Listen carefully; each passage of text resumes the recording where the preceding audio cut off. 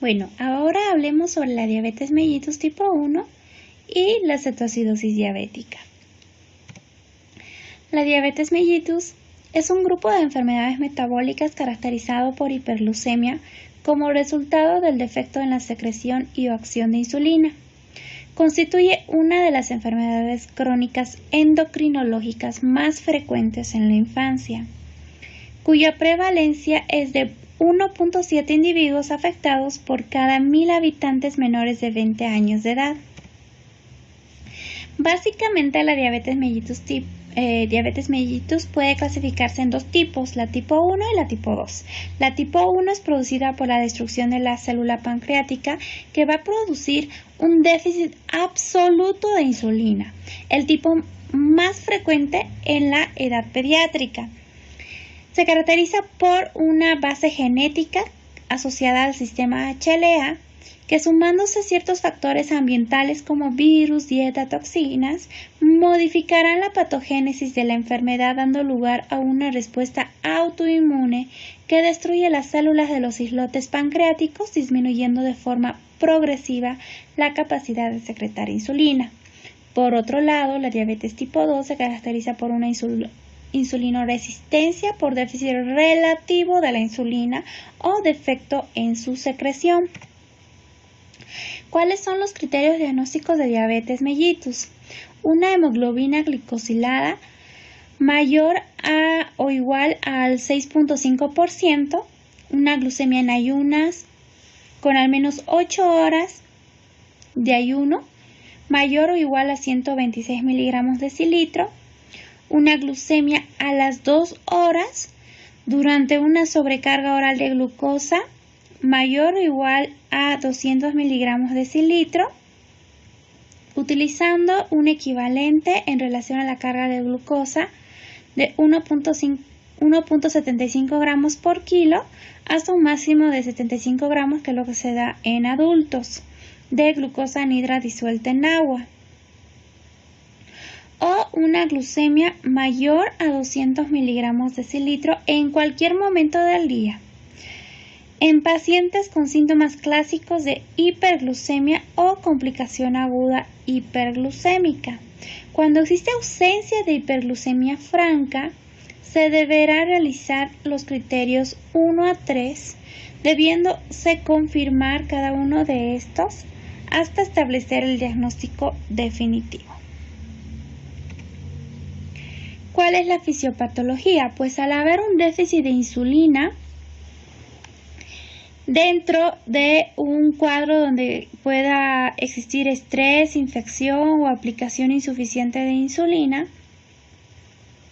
lo que sucederá en el organismo es un incremento de las hormonas contrarreguladoras.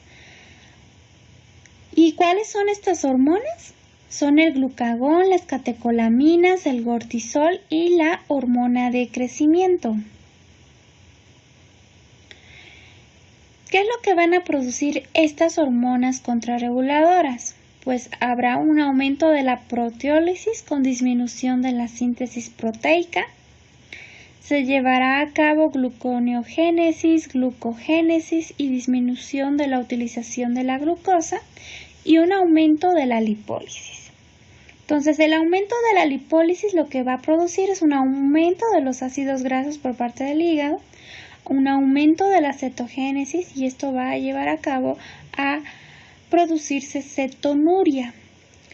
Por otro lado, las alteraciones en el metabolismo de los carbohidratos va a llevar a producir hiperglucemia con presencia de glucosuria, una poliuria osmótica como respuesta a todo esto, que va a llevar a la deshidratación, y al haber deshidratación se va a producir acidosis, alteración de la función renal e hiperosmolaridad.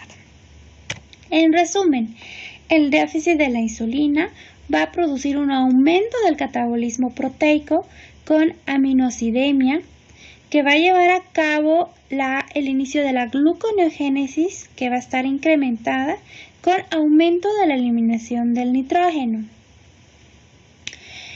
Por otro lado, va a haber una inhibición de la utilización de la glucosa. va a haber mayor glucogenólisis en el hígado y en el músculo. Y esto junto con la mayor gluconeogénesis va a llevar a la hiperglucemia. La hiperglucemia, al haber niveles tan altos de la glucosa en sangre, va a eliminarse por el riñón, va a haber glucosuria y esto por un efecto osmótico va a producir una diuresis osmótica con pérdida de agua y electrolitos que van a llevar a la deshidratación, por ende a una deshidratación intracelular. Por otra parte, va a haber inhibición de la síntesis de lípidos. Entonces va a haber una lipólisis incrementada que va a llevar a la hiperlipidemia y todo esto va a producir náuseas y vómitos que va a empeorar el estado de hidratación del paciente. Va a haber una cetogénesis incrementada con presencia de cetonemia y esto va a llevar a la acidosis metabólica y por ende va a haber una hiperventilación que va a empeorar la deshidratación del niño. Como habíamos mencionado, la diabetes tipo 1 se caracteriza por tener una predisposición genética, que al estar el niño en contacto con ciertos factores agravantes, con ciertos factores que se encuentran en el ambiente, estos factores son factores desencadenantes que van a activar toda la respuesta exagerada por parte del sistema inmune donde participan las células T y se va a producir autoanticuerpos que van a ir a lesionar las células pancreáticas. Entonces va a haber autoanticuerpos humorales. Entre ellos se encuentra la antiinsulina, la antidescarboxilasa del ácido glutámico y la antifosfatasa de tirosina. Todo esto va a producir una menor respuesta de la insulina con tolerancia a la glucosa, y es ahí en esta fase donde al inicio era una fase de prediabetes donde existe la intolerancia a la glucosa. Posteriormente, según vaya evolucionando la enfermedad, ya va a empezar a debutar con datos clínicos propios de la diabetes que citaremos más adelante. Detallaremos en este momento ciertas características importantes en relación a la patología. Como habíamos mencionado, existen factores genéticos que van a determinar que un paciente desarrolle diabetes. Se dice que del 80-85% de las pacientes no tienen antecedentes familiares de diabetes tipo 1. Por lo general, el riesgo incrementa de 1 por cada 300 a 1 por cada 20 en parientes de primer grado. Existe una alteración en el cromosoma en la parte 6 en la parte 21 del cromosoma 6 que codifican para los antígenos leucocitarios humanos clase 2. Respecto a los factores ambientales, existen las infecciones virales, que por un mecanismo de mimetismo molecular va a producirse esta respuesta autoinmune. Se dice que el antígeno celular descarboxilasa del ácido glutámico tiene secuencia peptídica similar a la proteína P2C del virus Coxsackie-B. También se ha asociado a infecciones de rubiola. Y pues el inicio también de fórmulas lácteas a temprana edad se lo ha correlacionado como un factor ambiental desencadenante de la diabetes mellitus. Respecto a marcadores de la inmunidad, generalmente uno o más de estos suelen estar positivos, con una frecuencia del 85 a 90% de los casos. Y pues los pacientes son propensos al desarrollo de la enfermedad de Graves, tiroiditis de Hashimoto, enfermedad de Addison, vitiligo y anemia perniciosa asociado a lo que es la diabetes. Estos anticuerpos por lo general son la antiinsulina, como habíamos mencionado, la antidescarboxilasa de ácido glutámico y la antifosfatasa de tirosina IA2 y A2B. El tratamiento de la diabetes tipo 1 tiene como objetivos el crecimiento físico y emocional adecuado y el reducir los síntomas y complicaciones propias de la enfermedad. Por ello es muy importante una adecuada alimentación y educación en la realización de ejercicios y, por otro lado, el manejo farmacológico, que en la diabetes mellitus tipo 1 básicamente es el manejo con la insulina. Por otra parte, en el tratamiento se deberá incluir la parte nutricional, se deberá dar 1000 kilocalorías de base más 100 kilocalorías por año de edad del paciente. Todo este total de kilocalorías deberán estar fraccionadas en quintos y esta proporción corresponde al 50% de carbohidratos, grasas entre el 25 al 30% y las proteínas entre el 20 al 25%. Respecto al manejo farmacológico, pues la dosis de la insulina es de acuerdo a la edad. En niños menores de 5 años se podrá administrar de 0.6 a 0.8 unidades por kilo día. En niños de 5 a 11 años de 0.75 a 0.9 unidades kilogramo día. Y en niños de 12 a 18 años de 0.8 a 1.5 unidades kilogramo día. En esta tabla podemos observar los diferentes tipos de insulina que tenemos de acuerdo al tiempo de acción de estas, de inicio, de duración y efecto máximo. Se las puede dividir entre acción ultracorta, las de acción corta, las de acción intermedia y las de acción prolongada. Las de acción ultracorta, entre ellas tenemos la insulina Lispro, Aspar y Glulicina, cuyo efecto inicia alrededor de los 5 a 10 minutos. El efecto máximo está alrededor de la hora y la duración máxima varía de 2 a 4, inclusive hasta 5 horas.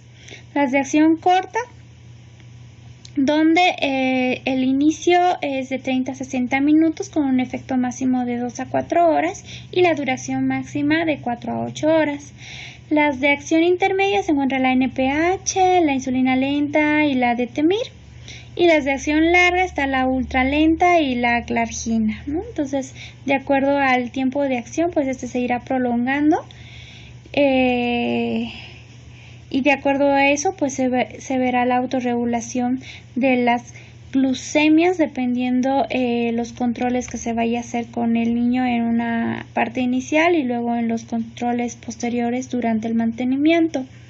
Ahora bien, vamos a hablar sobre la cetoacidosis diabética, que es pues una descompensación metabólica de la diabetes, que se produce como consecuencia de un déficit absoluto o relativo de la insulina, ¿ok? Constituye una de las complicaciones agudas de la diabetes con mayor mortalidad y generalmente puede ser la etapa de debut de una diabetes mellitus. Respecto a la epidemiología, la prevalencia en Europa y América del Norte varía entre el 15 y el 67%. La cetoacidosis diabética como diagnóstico de inicio de diabetes mellitus tipo 1 es más común en niños menores de 5 años y niños sin ningún familiar de primer grado con diabetes mellitus tipo 1. En Estados Unidos la tasa de mortalidad varía de 0.15%, con relación a Canadá, que corresponde al 0.18%, y en Gran Bretaña a 0.31%. Por otro lado, en países subdesarrollados el riesgo de morir por cetoacidosis diabética es mayor y los niños pueden fallecer incluso antes de recibir tratamiento. Respecto a la etiología, puede deberse a dos factores: a un déficit absoluto de insulina o a un aumento de las necesidades de insulina. Entonces, con lo que respecta a un déficit absoluto de insulina, puede ser un debut diabético o la omisión de la administración de insulina, que pues también suele ser frecuente en niños.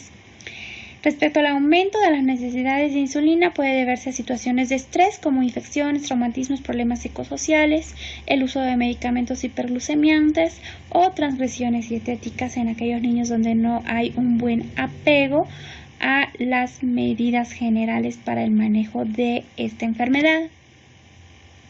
Como habíamos mencionado, pues existen criterios diagnósticos, así como existen criterios para diagnosticar diabetes mellitus tipo 1, también existen criterios para determinar si el niño cursa con una cetoacidosis diabética o no, y entre estos criterios tenemos la presencia de hiperglucemia mayor a 200 miligramos decilitro, la presencia de glucosuria, la cetonemia y o cetonuria, la acidosis, donde el pH está menor a 7.3 con un bicarbonato menor a 15, y la presencia de deshidratación y o pérdida de electrolitos.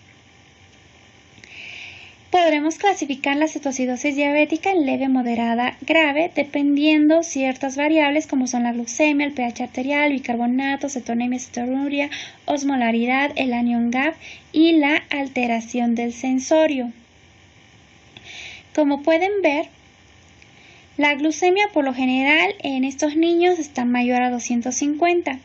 La clasificación básicamente se basa en relación al pH arterial y el bicarbonato. La cetoacidosis leve, generalmente el pH está entre 7.2 y 100.3, la moderada entre 7.1 y 7.2 y la severa menos de 7.1. El bicarbonato en la cetoacidosis leve oscila entre 10 a 15, la moderada entre 5 a 10 y la severa menor a 5. En ambos hay en las tres clasificaciones existe presencia de cetonemia, cetonuria, la osmolaridad es variable y el anion GAP por lo general está incrementado. En la cetoacidosis leve puede haber un mínimo compromiso del sensorio, en la moderada el niño se encuentra somnoliento y en la severa el niño está en estupor o inclusive en estado de coma. Ahora bien, dependiendo de todas estas variables que hemos ido mencionando, pues se manifestarán clínicamente ciertos signos y síntomas. Por ejemplo, habíamos mencionado que la característica principal es la hiperglucemia y la hiperglucemia se va a manifestar clínicamente en el niño por la presencia de polidipsia, poliuria, la pérdida de peso, astenia y dolor abdominal. Por otro lado, va a haber acidosis, entonces esperamos encontrar en el niño una respiración de Kussmaul, somnolencia, coma, aliento cetónico, vómitos, dolor abdominal, la presencia de hilio y pues la contractilidad miocárdica también se encuentra disminuida. Como hay una alteración en el metabolismo de las grasas, existe un catabolismo graso, habrá acidosis y también pérdida de peso. Y pues también vamos a encontrar a un niño deshidratado, por ende deberemos ver si el niño está sediento, si está taquicárdico, hipotenso, si la perfusión está disminuida o simplemente el niño está en estado de choque. Los laboratorios iniciales que deberemos tomar pues será una glucemia, ya sea central y capilar, los triglicéridos también se deberá solicitar, la presencia de cetonas, deberemos verificar si hay hiponatremia, si hay hipocalemia, hipercalemia, ya que esos también pueden manifestar trastornos de arritmias. Pediremos una gasometría arterial con la finalidad de determinar si existe acidosis metabólica. Solicitaremos urea, o la cual puede estar normal o puede estar elevada en casos de deshidratación. Pediremos una biometría hemática donde pues es posible que encontremos leucocitosis con linfopenia y eosinopenia. Veremos si el hematocristo está elevado, que estará asociado igual a un estado de deshidratación, la osmolaridad estará incrementada. Se deberá pedir también un examen de orina donde buscaremos la presencia de glucosuria y cuerpos cetónicos. Como diagnósticos diferenciales deberemos descartar un abdomen agudo como una apendicitis, la enuresis secundaria, infección urinaria, malformaciones congénitas, una enfermedad renal crónica, un SDRA, un síndrome encefálico, intoxicaciones y pues la cetoacidosis alcohólica en niños ya, mejor dicho, en adolescentes, ¿no? ¿Cuáles son los criterios de internación? Un coma cetoacidótico, la cetoacidosis con mala tolerancia y todo niño menor de 2 años. ¿Cuáles son los objetivos del tratamiento? Pues restaurar el volumen circulante, corregir el desequilibrio hidroelectrolítico, corregir la cetosis y la hiperglucemia, prevenir complicaciones derivadas del tratamiento e identificar y tratar factores precipitantes para evitar que esto vuelva a suceder en este niño. Entonces, basándonos en una buena historia clínica, en signos clínicos, signos bioquímicos, pues confirmaremos la presencia de una cetoacidosis diabética. Deberemos valorar la parte circulatoria, pues si este niño está deshidratado, puede llegar inclusive a presentar datos de choque, con deterioro neurológico, puede el niño estar en coma. Entonces, en la parte de la circulación deberemos hacer una buena reanimación hídrica con cargas de 10 a 20 mililitros kilo, administradas durante 30 a 60 minutos. Deberemos asegurar una adecuada ventilación y colocar una sonda nasogástrica. Sus requerimientos calóricos deberán ser calculados, aproximadamente 3.000 por metro cuadrado.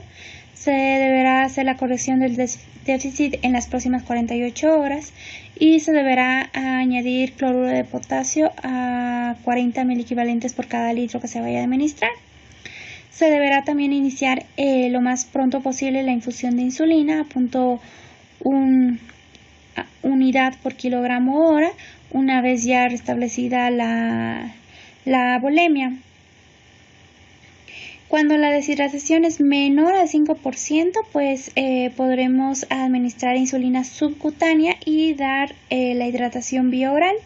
En caso de que no mejorara, pues iremos a la terapia endovenosa ya mencionada. Deberemos monitorizar la glucemia cada hora con control de ingeridos y eliminados, el gasto urinario, valorar el estado neurológico cada hora, los electrolitos cada 2 a 4 horas y la presencia de cetonas cada 1 a 2 horas. Si existe deterioro neurológico, se deberá descartar que no haya hipoglucemia, se deberá realizar algún estudio de imagen para ver si no hay edema cerebral. En caso de que haya edema cerebral, pues este niño es candidato a ingresar a la terapia intensiva. En estos casos está indicado usar soluciones hipertónicas o manitol a 1 gramo kilogramo endovenoso. Se deberá restringir también el 50% de líquidos en estos pacientes. Y bueno, la glucemia, el objetivo pues es que ésta se encuentre por debajo de menos 250. Una vez logrado esto, pues ya se podrá suspender la solución salina y se podrá asociar dextrosa y mantener una infusión de insulina a mayor a 0.05 unidades kilogramo hora. Se deberá reevaluar el aporte de líquidos, la dosis de insulina y también descartar algún proceso infeccioso que pueda llevar a la sepsis en este niño. Una vez resuelta la cetoacidosis diabética, se deberá valorar la mejoría de toda la presentación, signos, síntomas clínicos. Se deberá evaluar la vía oral y pues la idea es que ya se descarte la presencia de cetonas tanto a nivel sérico como a nivel del examen general de orina. Una vez ya compensado el paciente, pues se iniciará insulina subcutánea y se suspenderá la insulina endovenosa 1 a 2 horas después. Y bueno, eso sería todo por el momento. Gracias.